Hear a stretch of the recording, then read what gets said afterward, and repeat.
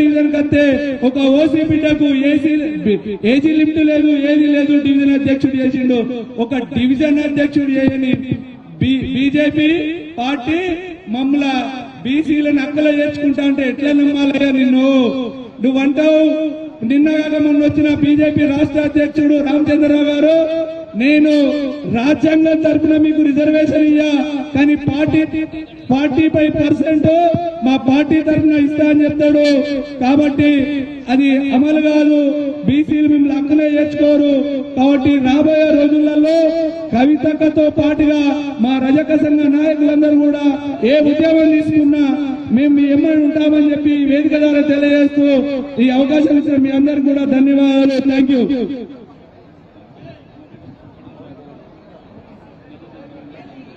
Hello, ఇప్పుడు పూసల సంఘం రాష్ట్ర అధ్యక్షులు కోల శ్రీనివాస్ గారిని మాట్లాడవలసిన కోరుతా ఉన్నాం.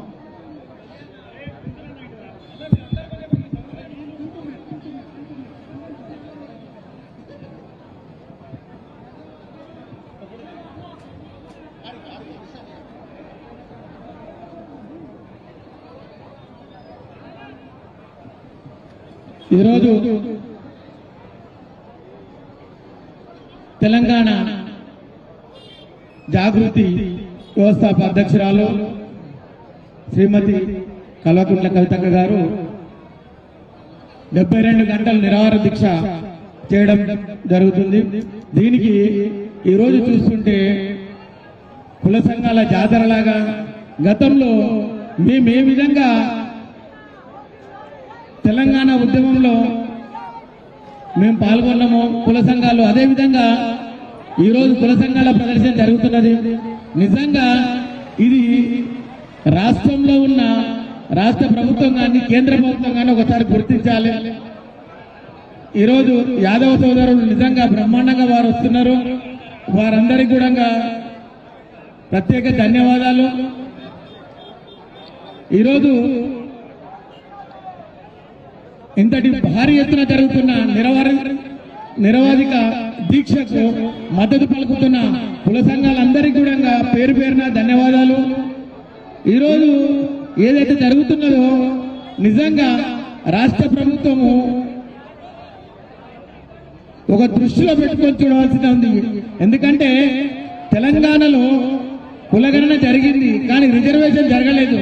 రిజర్వేషన్ ఆర్డినెన్స్ జారీ చేసినప్పుడు తెలంగాణలో ఉన్న బీసీలందరికీ కూడా న్యాయం జరుగుతుంది కదా అనే విధంగా మేమందరం కూడా ఎంతో సంతోషంగా ఉన్నాము. అదేవిధంగా తెలంగాణ బీసీలు కాదు, సంచార జాతులు, అదేవిధంగా ఎంబీసీలు ఎంతో సంతోషపడ్డాం.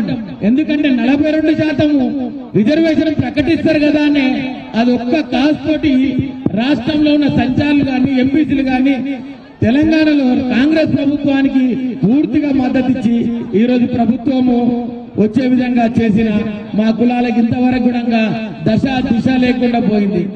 ఈరోజు నిజంగా రాష్ట్ర ప్రభుత్వం గమనించాలి. జై యాదవ్, జై యాదవ్, జై మాధవ్ అనాలి. జై యాదవ్, జై మాధవ్, జై యాదవ్, జై మాధవ్. మనకు సదర్ ఎప్పుడు వస్తుంది? ఇప్పుడే వచ్చింది. దాని పేరేంటి? మన యువరాజా. Thank you. Gujjar, Telangana Gujjar. Thank you. ఈరోజు యాదవ సోదరులందరూ కూడా నిజంగా దసరా పండుగలాగా మన దగ్గర జాతర జరుగుతున్నది. అది బీసీల జాతర.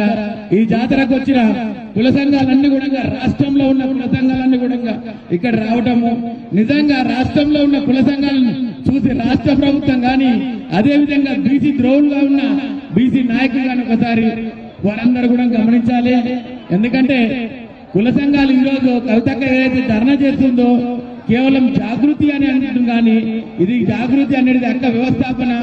కానీ ఈరోజు ఇన్ని రకాల 117 కుల సంఘాలు నిజంగా ఇక్కడ రావటము, కుల సంఘాల ఆధ్వర్యంలో వాళ్ళు వృత్తి ప్రదర్శన చేయడము, నిజంగా ఈరోజు సంచార జాతులు ఉన్న గంగిరెద్దులను కానీ అదేవిధంగా పూతల ఉన్న గంపలను కానీ అదేవిధంగా ఈరోజు నాయి బ్రాహ్మణులు కానీ ప్రతి ఒక్కరు కూడా విశ్వబ్రాహ్మణులు కానీ వాళ్ళకు కుల వృత్తులను ఇక్కడ ప్రదర్శించడం నిజంగా ఈరోజు వారికి మన దీక్షకి పూర్తిగా మద్దతు జరుగుతుంది.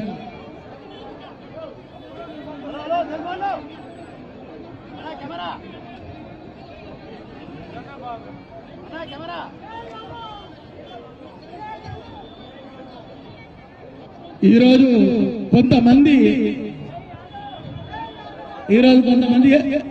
ఏవేవో వక్రబుద్ధితోటి వక్ర మాటలు మాట్లాడుతున్నారు. వారిని అందరం గమనించవలసిందిగా కోరుతున్నాం. ఈరోజు అక్క ఒక మాట చెప్పింది. ఏమన్నారు? కొంతమంది లిల్లీపుట్ అన్నారు. లిల్లీపుట్ అనేది ఎవరన్నారు? ఇది ఆ రోజున్న బీఆర్ఎస్ నాయకులు ఎంపీ పూర్ణనరసయ్య గారు ఆ రోజు అన్న అక్కడ రెడ్డి రాజ్యం జరుగుతుంది, బీసీలకు అన్యాయం జరుగుతుంది, ఈ రోజు ఏదైతే టీఆర్ఎస్ ప్రభుత్వంలో మాకు అన్యాయం జరుగుతుంది అనే విధంగా ఆయన పార్టీని వదిలిపోయేటప్పుడు అన్న ఒక నాయకుడా అని అన్న మాట